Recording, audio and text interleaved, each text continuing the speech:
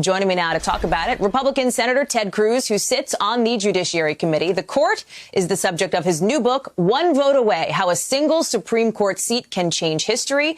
He is self-quarantining here in Washington after coming into contact with Senator Lee, who later tested positive. Senator Cruz, it's nice to have you on the show. Good morning. Hallie, great to be with you. Great to see you. So lots to talk about court-related and otherwise this morning, but let me check how you're feeling. You have any symptoms? Have you been tested? I've been tested. I'm negative. I feel fine and healthy and strong. I'm quarantining out of an abundance of caution because I did spend time with Mike Lee, who unfortunately did test positive and was sick. He's feeling substantially better now. And so I didn't want to endanger anyone's health or safety. So I'm holed up in my D.C. apartment, sadly away from Heidi and the girls, which is very frustrating, but it is a sign of the times in which we find ourselves. And will you get tested? Do you plan on it before you go back to the Capitol again? I'm sure I will. I mean, I was tested on Friday, and I expect to be tested again. Sure. And that was your last. So your last one was Friday, and then. Yeah. Gotcha. I want to ask you about what Senator Mitch McConnell said. You heard that at the top of the segment here coming into this, that he has not gone to the White House because he is concerned about how they are handling precautions for the coronavirus. At this moment, would you feel safe going to the White House? Would you be comfortable with that? Do you agree with Mitch McConnell, or do you think his concerns are overblown? Well, look, I'm on quarantine right now, so I'm not going anywhere. I'm not leaving my apartment. So, listen, it is obviously unfortunate that we've seen an outbreak. This is a contagious disease. This is a pandemic. We've seen 7 million people across the country get it, and it's an invisible enemy, and so anybody can catch it. I think all of us should take common sense steps to try to slow the spread of the disease and practice social distancing, use masks where appropriate. But I think at the same time, we need to get the economy moving again. That I don't think the answer is to just destroy every small business in the country. And so I think we need some balance and to use some common sense. On the idea of the economy, and just to be clear then, Senator, if the White House, once you're out of quarantine, did something, you'd be comfortable going over there, or would you be having some concerns about that? Sure. I mean, I was at the White House. Last time I was at the White House was for the announcement of the historic Middle East peace deal. That was a major piece of history. I've been very involved in Middle East policy and have been one of, if not the strongest supporter of Israel in the Senate. And so was very glad to be there for that and to celebrate that event. And, that event was outside. And I think it is good to practice social distancing and to try to do what you can to reduce the risk of spread of the virus.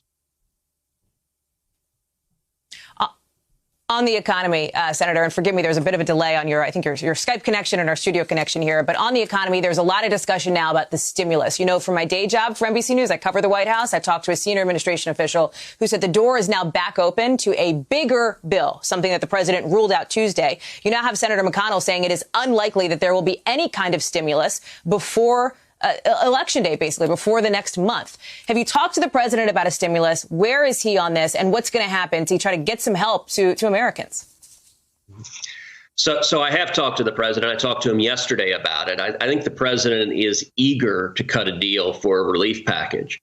And at the same time, I don't think it's going to happen because in my judgment, I think neither Nancy Pelosi nor Chuck Schumer want a bill to pass. I think they have made the political judgment that it benefits Joe Biden if nothing passes, that maximizing economic pain right now, I think they see as politically beneficial. So everything I see them doing, both publicly and privately, suggests to me that they're not interested in any deal passing, because if millions of people on election day are home and alone and broke and unemployed and pissed off, I think they've made the judgment that benefits Joe Biden. Would you support something like a big bill if it also includes smaller pieces like airline funding relief, for example? Is that something that you personally could get behind?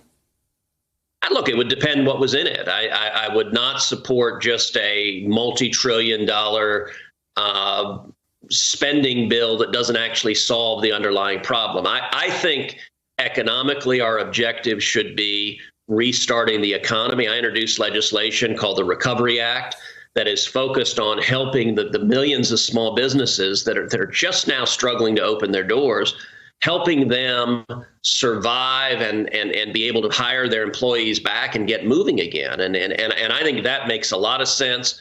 The Recovery Act cuts taxes. It reduces job-killing regulations.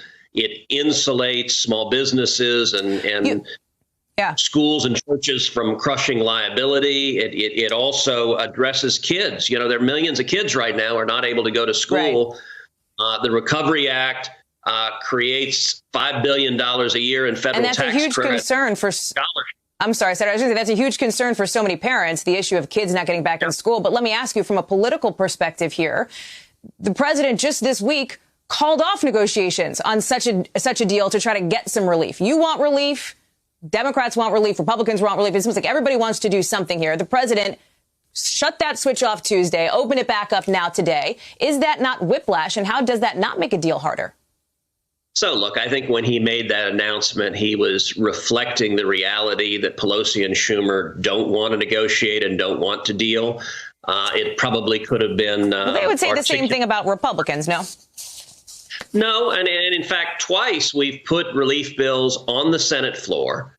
And twice Senate Democrats have filibustered them. And their arguments. Okay, let me ask frankly, look, they're counting on the media. I think Pelosi and Schumer are counting on the media to blame everything on the president. And so when they let's take, for example, airlines. Well, I respectfully, sir, I got to push back on you that. I got to push back on you, senators, you know. But let me ask you about this, because I want to make sure we talk about the Supreme Court, Senator. I do, because I know your whole book is on that. And I want to make sure we get to the Supreme Court hearings coming up on Monday. You've written about this. You are on the Judiciary Committee. I know from having covered you for a long time that the Supreme Court is an issue that is near and dear to your heart. So let's talk about that. Those hearings are set to begin Monday. There is some new information out this morning from NBC News exclusively that Judge Coney Barrett did not include on her disclosure forms a notable case in which she was one of two lead attorneys defending a Pittsburgh steel magnate accused of helping to drive a hospital system in Pennsylvania into bankruptcy. So Democrats on your committee, Senator Doug Jones, for example, have been saying this process is so rushed, her information is not getting a full and fair review, that this information was apparently not included on her questionnaire. Is that evidence that perhaps Republicans at this point should try to slow down the process? No, I don't know what the specific case is that you're referring to. I imagine people can ask questions at the hearing. Doug Jones is actually not on Judiciary, so he won't be participating in the hearing. But right. Listen, from the instant this vacancy happened, every Senate Democrat said, don't fill the vacancy, delay the consideration. So it's not surprising. And I understand why they're doing it. They want the vacancy held open. I understand from their political perspective why that makes sense.